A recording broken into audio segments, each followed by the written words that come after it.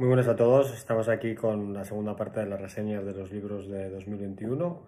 Ahora toca el turno de las novelas que me he leído este año, que han sido 13, y la verdad que en su mayoría bastante buenas, ¿no? Hay varias trilogías o parte de series de libros que la verdad es que han sido muy buenos, aunque bueno, siempre en todos los textos hay alguna manzana podrida y en algún libro que no me ha gustado tanto como vamos a ver. Voy a empezar, como siempre los hago, de los que menos me han gustado a los que más me han gustado, aunque en este caso empiezo por una excepción, que es El Rey Blanco, que es la tercera parte de la trilogía de este personaje maravilloso que es Antonia Scott, de la Reina Roja, del autor Juan Gómez Jurado.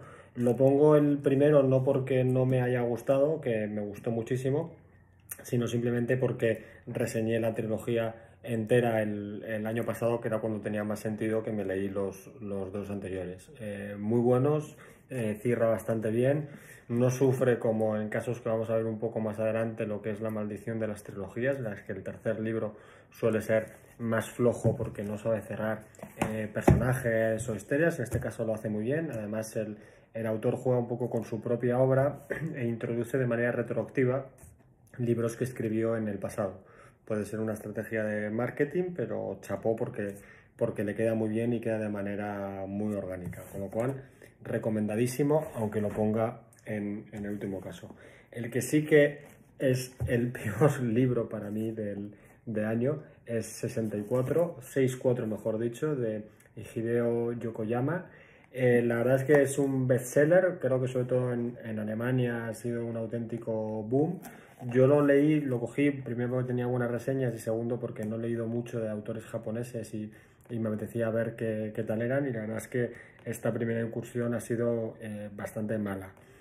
También yo lo compré pensando que iba a ser un libro de tipo pues, thriller, tipo misterio. Trata la historia sobre un policía japonés al final de su carrera que tiene que retomar un caso de hace 20 años de una niña desaparecida en el mismo momento vital en el que su propia hija pues se ha ido de casa y no aparece, algo que debe ser más o menos común en Japón. Me pareció un soberano coñazo, lo digo así de claro. Son más de 600 páginas que me costó muchísimo terminar porque la historia no va a ningún sitio, no tiene desarrollo de misterio, no tiene desarrollo de intriga, es todo un tema de ver las intrigas policiales y dentro de la cultura japonesa, con lo cual si te gusta la cultura japonesa y te gusta ese tipo de temas bueno, de los ritos ancestrales, del respeto a la autoridad, demás, pues te puede interesar. A mí la verdad es que no me dijo nada y me parece pues, demasiado largo para lo que es la historia, ¿no? Entonces está en el último puesto. Los siguientes son el segundo y tercer libro de otra trilogía, que es, en este caso es Los Señores del Tiempo y los Ritos del Agua, que es la trilogía de la Ciudad Blanca, de Eva García Sáenz de Urturi. El primer libro a mí me gustó mucho, que es la Ciudad Blanca, es así como se llama el primer libro que da nombre a la trilogía, porque tiene una historia pues, bastante interesante, tiene pues, un desarrollo de lo que es el misterio, la investigación policial, pues bastante atractiva. Por cierto, la película es horrible. Volví a ver la película para darle una oportunidad y es absolutamente horrible. Es muy difícil hacerla peor, tanto en el desarrollo como en la elección de los autores. Pero bueno, quitando eso, me leí estos dos libros para completar la trilogía y a mí me parece que este es el claro ejemplo, y lo he dicho ya varias veces, de una autora que tiene una idea que es muy buena, que es la original de la trilogía, que trata de estirarla en otros dos libros. El segundo, que es Los Ritos del Agua, no está mal, se deja leer, tiene una historia que está bien, pero ya empieza a desdibujarse un poco de lo que había sido el primer libro. O sea, podrían ser incluso dos libros totalmente distintos sin tener por qué compartir historia. Y el tercero, que es Los Señores del Tiempo, pues incluye, o incurre, mejor dicho, en todos los problemas que suelen tener la trilogía. No sabe qué hacer con algunos personajes. Los personajes principales, algunos de ellos no tienen demasiada relevancia en este libro. No sabe cerrar algunas historias que vienen un poco porque sí, lo que se llama un deus ex machina, de repente se terminan. Y lo peor de todo es que la historia del libro transcurre en paralelo, o sea, hay dos historias, una en el pasado y otra en el presente. Es más interesante la del pasado, o sea, estás deseando que lleguen los capítulos del pasado para no leer la parte del presente de los personajes de siempre, porque la verdad es que no tiene mucho interés. Entonces, decepcionante en ese sentido, a pesar de que el primer libro me gustó mucho. Ya pasamos a los que me han gustado, pero no de los que más me han gustado. Tendríamos La hora de las gaviotas de Ivonne Martín. Yo también lo compré en este caso también por reseñas que había visto en Amazon, que me salen cuando entro, por los libros que compro allí.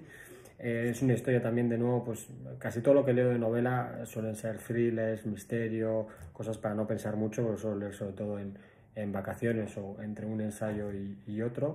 Y este en concreto lo cogí porque el autor es vasco, que no he leído mucho de autores vascos, y se desarrolla en Euskadi, se desarrolla en la parte del norte de España, en concreto en Hondarribia, que es una zona bastante conocida de playa y de fiestas, y eso me llamó la atención. Está bien, no está mal escrito, es interesante la historia. Quizás el problema, que una cosa que yo no sabía, es que este es el segundo libro del mismo personaje principal. Es una serie también, ¿no?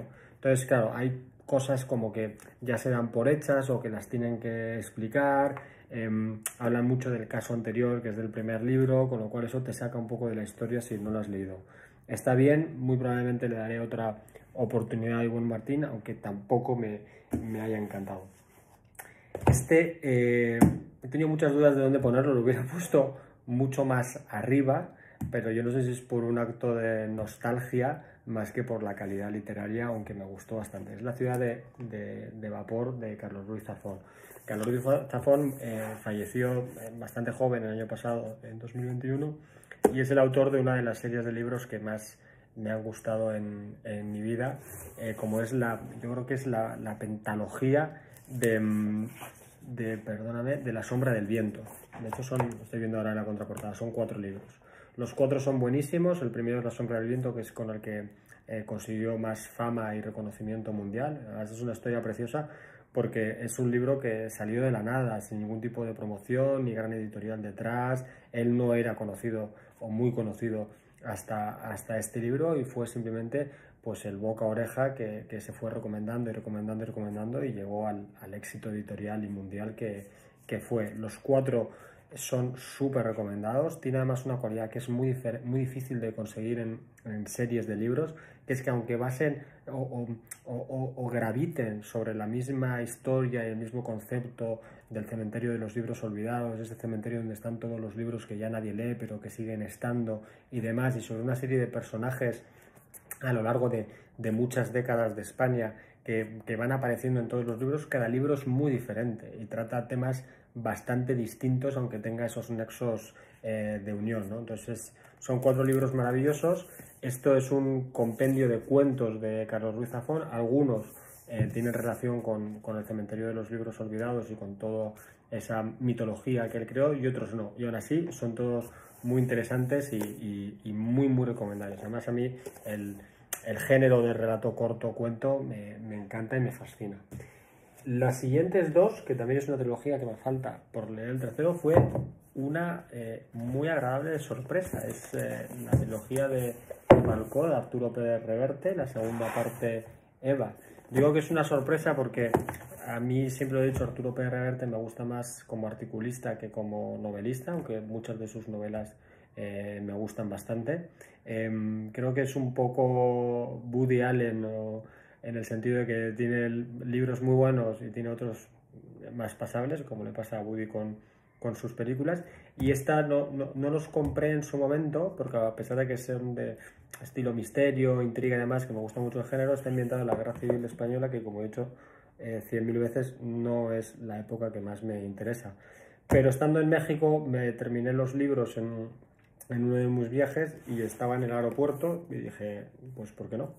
Compré Falcó, me encantó. De hecho, creo que me lo leí prácticamente entero en un México-Costa Rica, y en el siguiente viaje a México pues repetí la experiencia con Eva, y debo decir que los dos te dan lo que pides, o sea, desconexión, interés, pues, tienes ganas de que vayan pasando los capítulos y ir sabiendo lo que pasa sobre ellos, ciertas dosis de realismo histórico, de hechos reales que quedan muy bien en la ambientación y en todo. Los personajes están muy bien hilvanados, la historia es muy interesante y la verdad es que muy entretenidos. No son increíblemente maravillosos, pero muy entretenidos. No me extrañaría y no sé si hay algún proyecto para hacer serie o película de ellos.